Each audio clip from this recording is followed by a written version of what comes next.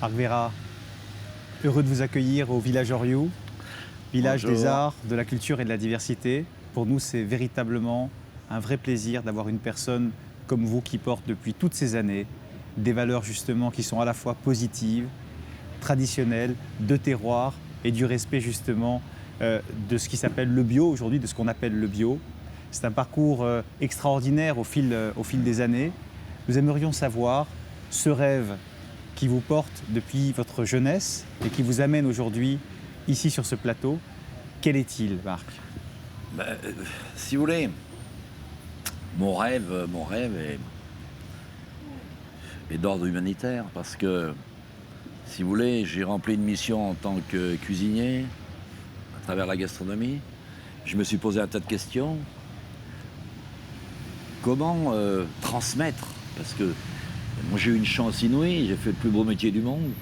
Mais comment est-ce qu'on peut transmettre le goût, le plaisir et surtout la santé? Parce qu'aujourd'hui, tout le processus retourne autour de la santé. Vous savez que l'alimentation est notre principal carburant. Mais quel carburant? Est-ce qu'on veut vivre mieux? Est-ce qu'on veut vivre plus longtemps? Il faut savoir que notre pharmacie biologique, c'est la nature dans l'assiette. C'est la production de la terre. C'est cette spiritualité qui fait qu'on doit, en tout état de cause, prendre en compte l'alimentation. L'alimentation, c'est mon slogan et source de vie. Voilà pourquoi je me bats, pourquoi j'ai ouvert les yeux. Vous savez, j'ai eu une chance inouïe. J'ai eu un accident très grave il y a 8 ans. Je suis resté, vous savez, je suis resté en fauteuil roulant très longtemps. J'ai eu plusieurs opérations, c'était terrible. J'ai eu le temps de la réflexion, et de me dire, mais c'est bien beau. Le bon Dieu t'a donné, t'a mis entre les mains le plus beau métier du monde. Tu t'es agrippé à ce métier, c'est fabuleux. Mais que vas-tu laisser pour les jeunes qui arrivent? Mais non seulement les jeunes cuisiniers, parce qu'il y a un véritable message à faire passer, mais aussi nos enfants, nos petits-enfants. Et le message est très simple. Le carburant. Prenez ce carburant en compte. Il est source de vie, il est spirituel, il provient de la terre. Et la terre, faut en prendre soin. Voilà. C'est pour ça que, effectivement, la nourriture, il y a un décalage, nous sommes en danger, mais je suis très optimiste. En tous les cas, notre fondation est très optimiste quant à l'avenir, parce qu'il y a une espèce de prise de conscience généralisée qui fait que, aussi les médias ont fait un bon travail, là, il faut le dire, hein, les émissions de télévision qui nous rapportent un tas de choses que font certains industriels surproducteurs, qui sont pas tellement des gens qui feraient bien de faire partie de votre fondation. Ça changerait leur vue, parce qu'il y a des industriels qui sont méritants, mais il y en a d'autres qui sont des surproducteurs. Et quand ça touche l'alimentaire, ça touche la santé, donc ça touche la vie publique. Et ça, voilà, c'est notre offensive, c'est pas d'être agressif, c'est simplement de décalquer au sein de la population un argument qui est incontournable, qui est de prendre en compte la nourriture qui va nous amener à un art de vivre, à un style de vie et une certaine philosophie. La nourriture et la vie, ce lien effectivement entre l'infiniment petit et puis l'infiniment grand, ces particules qui font un avec notre corps, notre existence. Hier, nous avions effectivement sur le plateau des échanges sur l'origine de l'univers et donc sa diffusion et ses liens entre toutes choses. Cette inspiration, Marc, qu'aujourd'hui vous portez, parce que vous la portez, cette inspiration effectivement du mieux vivre, est-ce qu'il y a eu dans votre parcours de vie des rencontres, Déclic? des déclics? Oh, il y a un déclic formidable. Moi, j'ai eu un déclic formidable, c'est 2 épisodes dans ma vie. C'est lorsque mon papa a percé la tirelire pour que j'apprenne la cuisine. Donc il a décidé que j'aille auprès d'une école hôtelière. Et naturellement, au bout d'un trimestre, souci de liberté, électron libre, eh bien, l'élève Marc Vérin a été mis à la porte. Et ça a été la première offense que j'ai pu faire à mon père, qui a eu un déclencheur extraordinaire.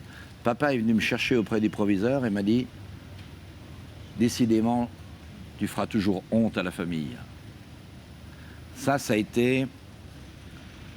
Là, on m'a mis derrière un mur en me disant « Ça suffit, prouve-nous le contraire. » En fait, c'était le symbole. Et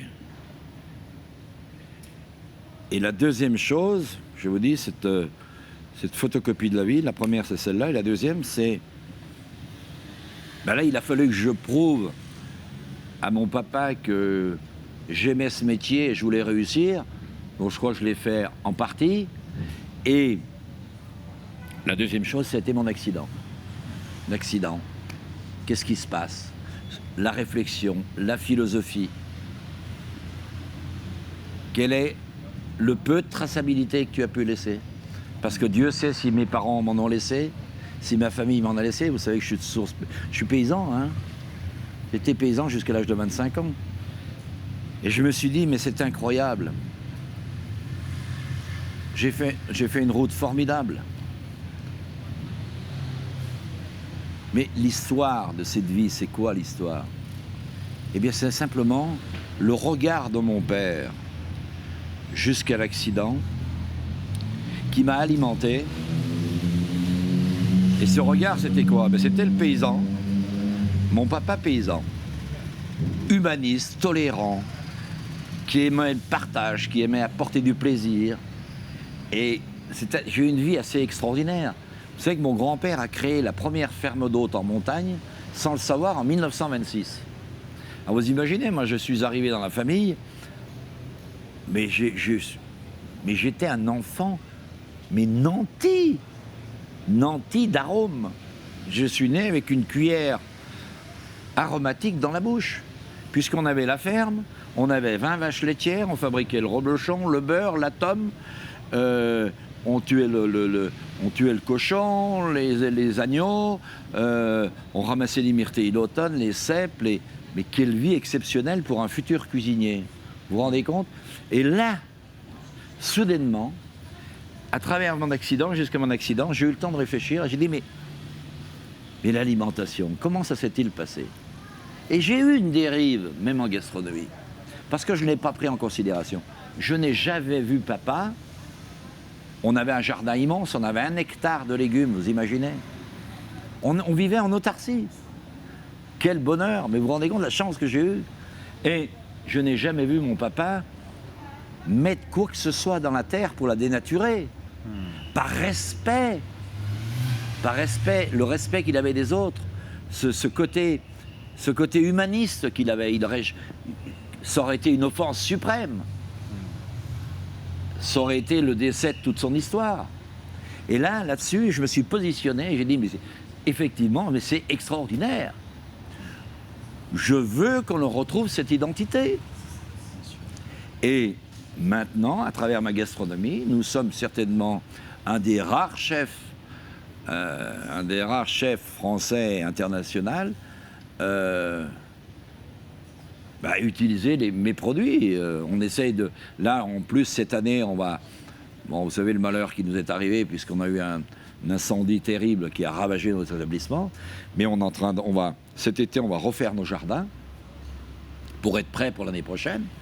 Vivre de nos jardins, on a les œufs de nos poules, on a le lait de nos brebis, etc. Bon, et là, on retrouve subitement, on retrouve le vrai, le bon goût qu'on n'aurait jamais dû oublier.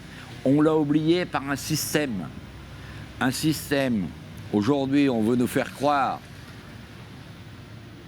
Alors c'est assez amusant. Aujourd'hui, on veut nous faire croire que certains lobbyistes, veulent nous faire croire, mais comment va-t-on faire pour nourrir l'humanité? Ça, c'est extraordinaire. Ça, c'est bien le style conservateur à outrance. Mais quand on pense qu'en France, on reçoit du gaz d'Ukraine avec des gazéoducs, est-ce que vous ne pensez pas que dans la vie, si les hommes former une chaîne humaine, on ne pourrait pas ramener l'énergie solaire du désert en Europe. Tiens, c'est marrant comme réflexion. C'est une réflexion qu'on peut approfondir, ça. Et savez-vous qu'on peut nourrir demain matin la terre entière qu'avec la botanique sauvage, transformée? Ça, ce sont des bonnes réflexions. Ça, ce sont des réflexions d'avenir, des réflexions qui touchent l'environnement.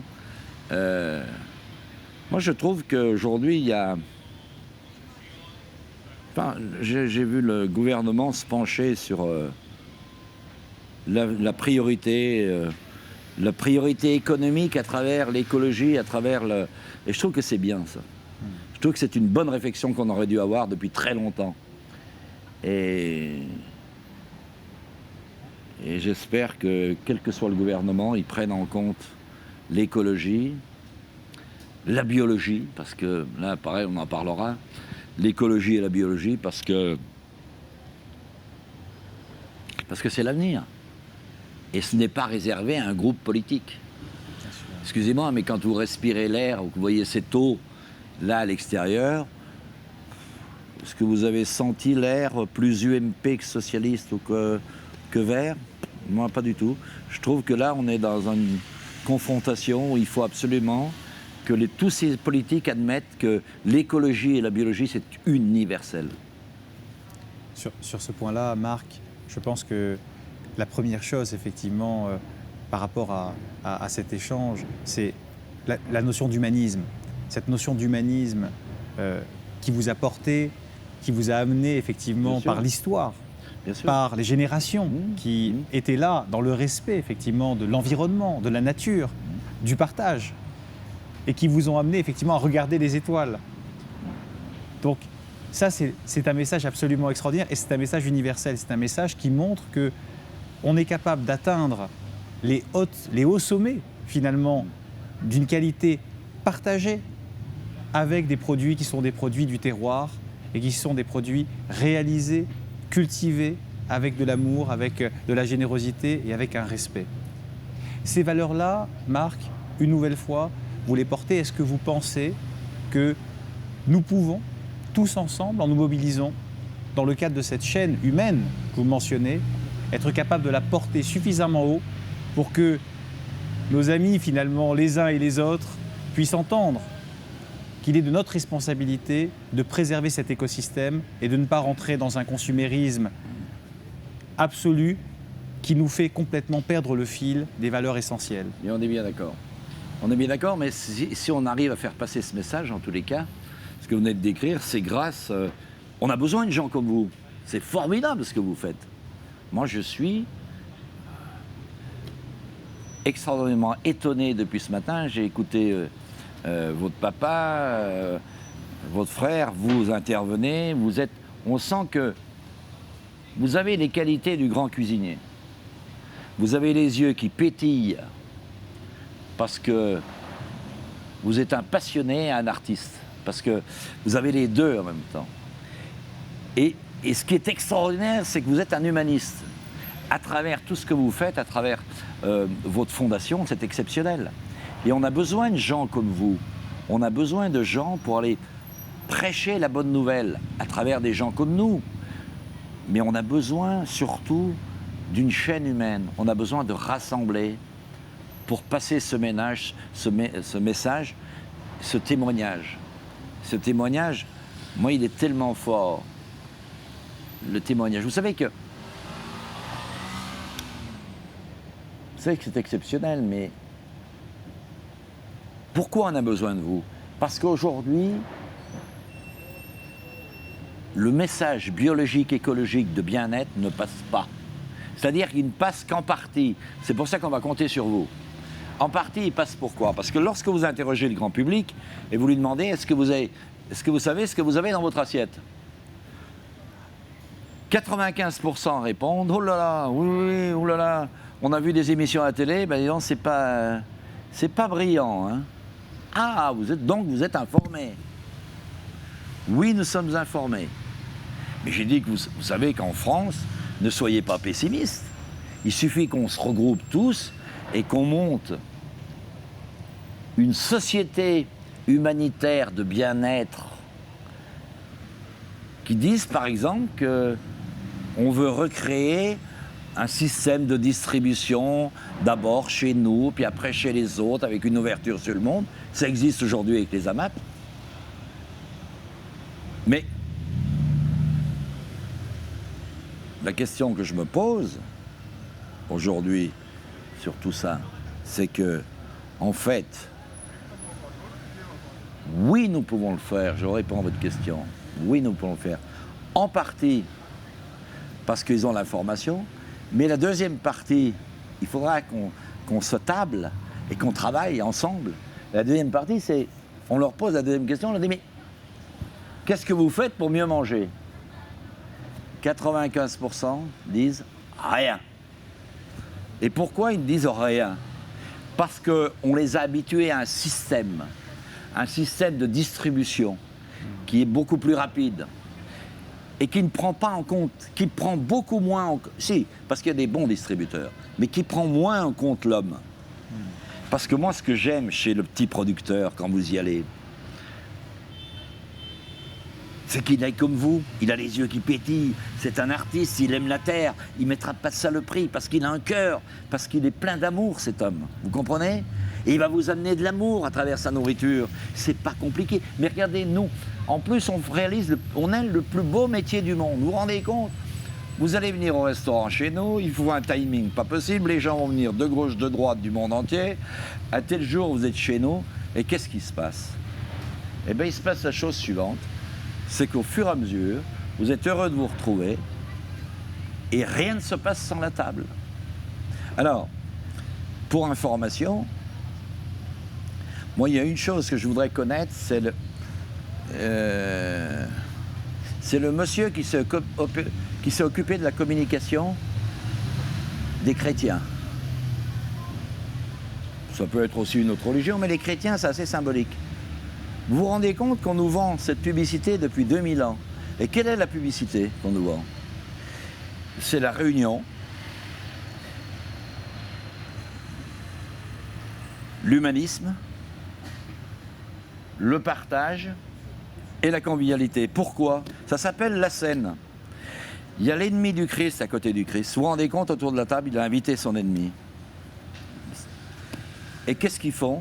Ils boivent du vin et ils dégustent le pain. C'est extraordinaire, ce symbole. Le partage au travers la nourriture. Le symbole de paix. C'est exceptionnel, ça.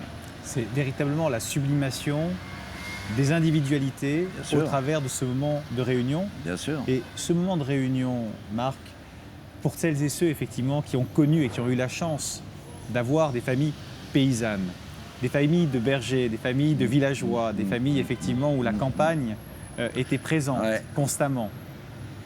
C'est un moment absolument extraordinaire, c'est un moment qui nourrit, c'est un moment qui donne de la force. Bah écoutez,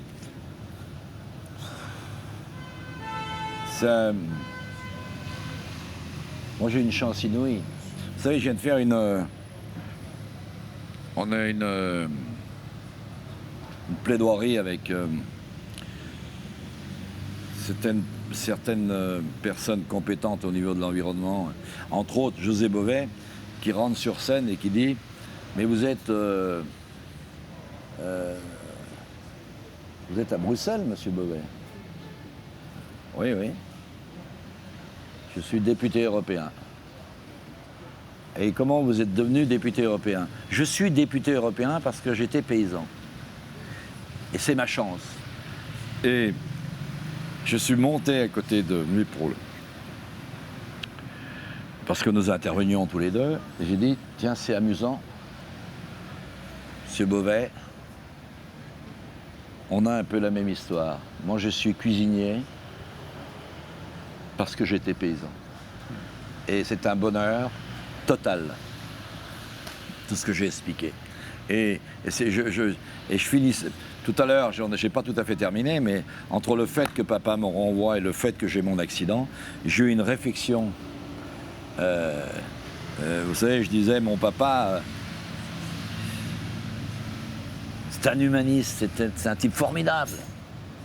C'est un type formidable. Il soignait déjà ses bêtes avec des herbes, avec du serpolet, du thym, dès qu'elles toussaient. Pas d'antibiotiques. Jamais il serait permis de mettre quelque chose. Je me souviens, lorsqu'on lui a apporté, un de ses amis lui a apporté les premières croquettes pour donner aux bêtes, gros problème d'ailleurs, on en parlera au cours d'une autre émission, où les vaches, au lieu de produire 15 litres de lait par jour, elles en produisent 25 ou 30. On sait maintenant d'où ces graines viennent, donc c'est un danger. Et heureusement que les paysans prennent un certain cap. Et bien quand il lui a amené ce premier sac en lui expliquant, papa a dit ah non, non, non. Non, non, ça reprend ton sac, c'est pas pour nous. C'est pas pour nous, et je pense que là, voilà, tout était réuni dans ce passage entre l'éviction de l'école hôtelière, mon accident, ce temps de réflexion qui m'a fait mûrir et anticiper de l'avenir par rapport à la vie, à travers mes parents, à travers l'identité, à travers le patrimoine. C'est extraordinaire. Puis il faut l'amener... Alors, le seul danger dans tout ça, c'est qu'il ne faut pas devenir des conservateurs. Moi, j'ai horreur de ça. Vous savez, moi, j'ai le chalet de mes parents, malheureusement, qui a brûlé, mais qu'on va reconstruire. C'est le patrimoine pur et dur. Vous avez des images qui vous ramènent. Mais moi, j'amène du modernisme là-dedans, dans l'architecture. Parce que je veux que ce patrimoine vive. Et si vous n'avez pas l'effet moderne, ça ne marche pas. Et c'est exactement pareil pour les enfants. Pour les enfants, vous savez, les gros producteurs dont on taira le nom, ils ont tout compris. Le système de consommation, les sucettes, hein, vous connaissez, hein, les trucs que l'on mange. Ouais, j'allais dire non. Non, j'allais dire déguste, non, déguste pas, on mange. Comme ça, en pleine main. Bien sûr qu'il les faut. Mais à un moment donné, quand c'est journalier, ça devient une offense. Ça devient une offense à l'alimentaire, ça devient une offense à la gastronomie. Parce que je pense que, je reviens à ce que je vous ai dit tout à l'heure, la spiritualité, elle se passe depuis lors où la plante pousse pour s'élever vers le ciel, où le propriétaire récoltant la cueille et l'entretient avec amour, et vous la donne, vous l'incorporez dans votre corps, elle génère la vie, et bien tout ça, voilà, tout ça il faut le prendre en compte, il faut se dire que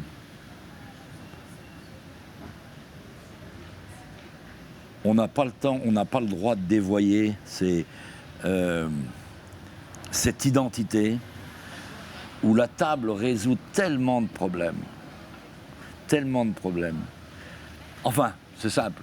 En général, même s'il y a quelques différences au début d'un repas, à la fin d'un repas, tous les gens autour d'une table s'aiment, s'apprécient et la tolérance investit la table. Marc, aujourd'hui, vous allez prolonger au travers de la Fondation Marc Veyrat ce travail de sensibilisation, de partage, de connaissance. Est-ce que vous pouvez nous donner quelques informations justement sur les prochaines étapes? Les prochaines étapes, en tous les cas pour la formation, ce qu'il faut prendre en compte, c'est, il y a deux paliers très distincts. Le premier, c'est les produits à travers une cuisine. La cuisine est populaire. L'identité à travers une nation. Formidable. Vous savez, moi je parcours le monde, vous allez en Australie jusqu'en Israël, il y a de plus en plus de bons cuisiniers qui identifient bien la cuisine, c'est formidable. Donc là, effectivement, il y a des pions qui sont pointés sur l'échiquier, qui font qu'il y a une ouverture sur le monde, il y a un symbolisme. Là, il faut rentrer dans ça. Il y a une projection comme ça de l'alimentaire qui est importante. Il faut le faire savoir, à travers tous les pays d'ailleurs. Et puis après, il y a... Alors vous savez, notre mission, nos futurs, c'est par exemple de faire savoir que, par exemple, on nous raconte des balivernes. Hein, quand on vous dit... Comment va-t-on faire? Il y a des gens qui meurent de faim. Oui, c'est scandaleux. Aujourd'hui, il y a des gens qui meurent de faim. Et 35% de notre alimentation transformée en Europe, je dis bien alimentation transformée, ça veut dire presque repas, hein, passe, vous savez où? À la poubelle. Alors qu'avec la moitié de tout ça, on nourrit largement les gens qui ont faim. Enfin, c'est scandaleux. Je veux dire, il faut une prise de conscience. Donc là, il faut le faire savoir. Puis la deuxième chose, c'est que la cuisine, c'est un peu de l'égoïsme, mais si on passe bien le message au niveau de la jeunesse, c'est des futurs clients pour la gastronomie, pour les grands chefs. Et nous avons mis en route, là, ça y est, on a déjà fait 3 séances avec les écoles, avec l'éducation nationale, on reçoit les élèves, et c'est extraordinaire. C'est exceptionnel parce que les enfants arrivent chez nous, une soixantaine, on va cueillir les plantes sauvages, on explique une plante, pourquoi elle vit dans sur tel et tel terrain, pourquoi une plante elle vit, c'est une vie elle-même, elle se met près d'un sapin, elle ne pousse pas à l'air libre, ça dépend, ou elle pousse le long d'un torrent, c'est qu'il y a des raisons, on leur explique tout ça parce que la nature est source de vie, on en revient toujours au même système, et on va ramasser les plantes, après on va ramasser nos pommes de terre qui ne sont pas très grosses parce qu'il n'y a pas de produits dedans, hein. Il n'y a pas de pesticides, pas d'insecticides, pas d'engrais. C'est assez amusant, là, les enfants ramassent les pommes de terre avec nous.